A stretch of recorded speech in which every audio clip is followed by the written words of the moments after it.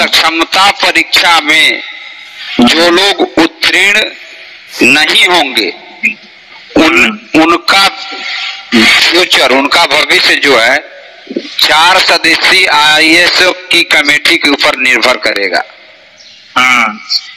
इस लाइन में बिंदु जो 4 है जिसको कोर्ट ने इंगित किया, इसमें एक बात ये भी लिखा गया था कि हम 5 बार तक परीक्षा करा देंगे।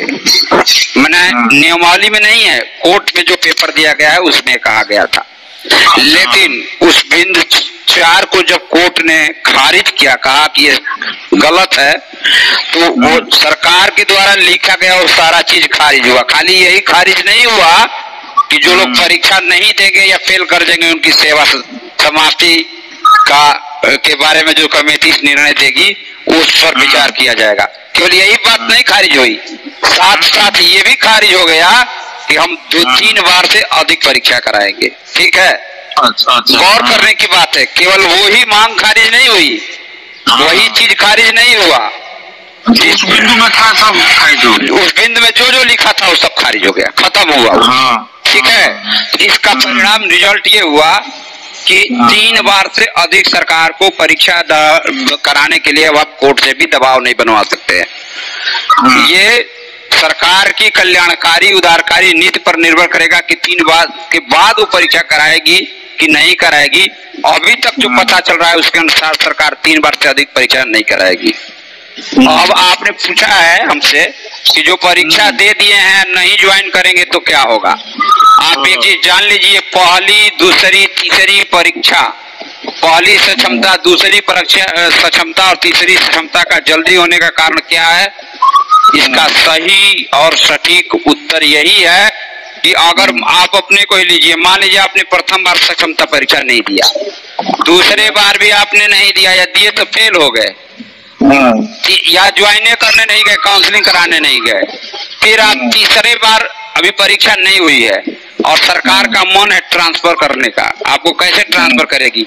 आपके पास तो 3 बार तक अपने पद पर जहाँ है जिस स्थान पर वहां बने रखने का ऑप्शन है, क्योंकि उसने ही आपको अधिकार दे रखा है कि आप परीक्षा दे के स्वेच्छा से 3 गो अपना निजी विकल्प मांग सकते हैं जहाँ की आप जाना चाहते हैं। तो उस अधिकार से आपको कैसे वंचित कर सकती है? वो तब तक वंचित नहीं कर सकती है जब तक तीनों अटेम्प्ट खत्म ना हो जाए।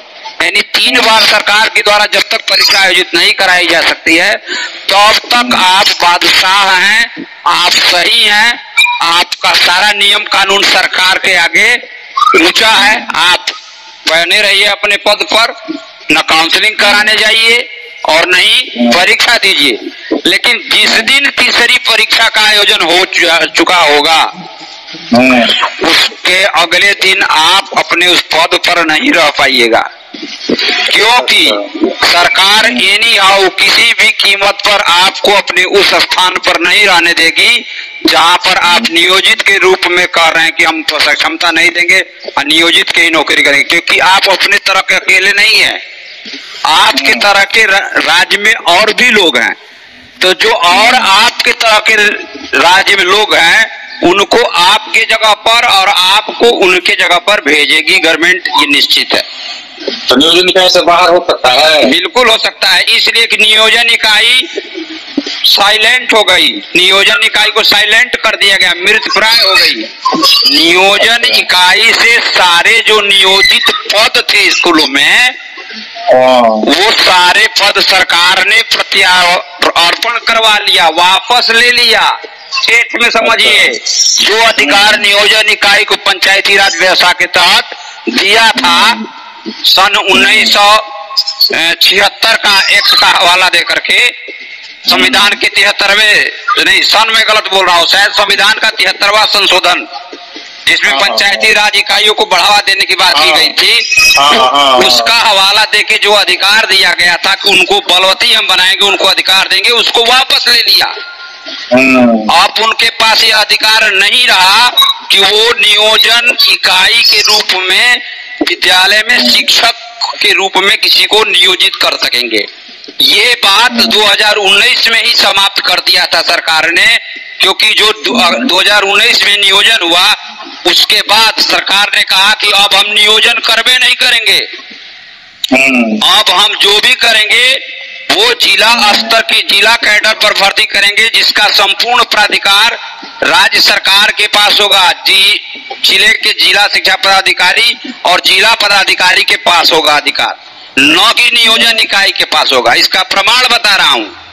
यदि वह पद नियोजन इकाई के पास रहे होते तो जो अभी 48,000 या कुछ समथिंग का पद निकला है प्रधान शिक्षक प्रधानाध्यापक के रूप में, वह पद सरकार नहीं निकाली होती। उस पद पर भर्ती करने के लिए अधिकार नियोजन इकाई ने विज्ञापन नहीं निकाला है, सरकार ने निकाला है।